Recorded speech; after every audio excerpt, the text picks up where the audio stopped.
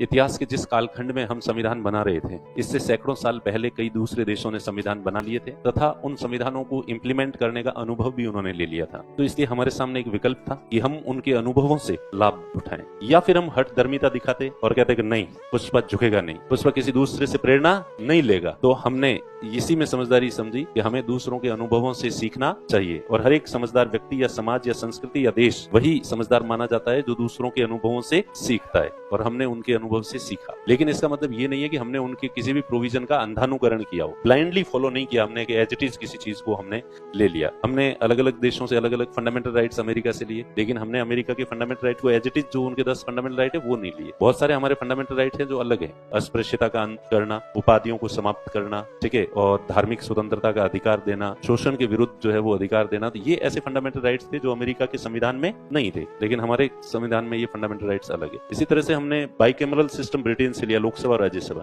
लेकिन हमारी जो लोकसभा राज्यसभा है वो एज इट इज ब्रिटेन के जो हाउस ऑफ कॉमन्स और हाउस ऑफ लॉर्ड्स की तरह नहीं है, क्योंकि हमारी जो राज्यसभा है हाउस ऑफ लॉर्ड्स से कई मामलों में अलग है। तो इस तरह से हमने रिपब्लिक जो है फ्रांस से लिया है, लेकिन फ्रांस का रिपब्लिक अलग है, हमारा रिपब्लिक अलग है। जुडिशियल सिस्टम जो है हमने अमेरिका से लिया है, लेकिन अमेरिका का सुप्रीम कोर्ट और भारत के सुप्रीम कोर्ट की शक्तियों में फर्क है। हम हमारा जो फेडरल सिस्टम है वो ना तो पूरी तरह से अमेरिका जैसा है, ना पूरी तरह से कनाडा जैसा है, ना ब्रिटेन की तरह यूनिटरी है, ये अलग ही है जो अपने आप में यूनिक है।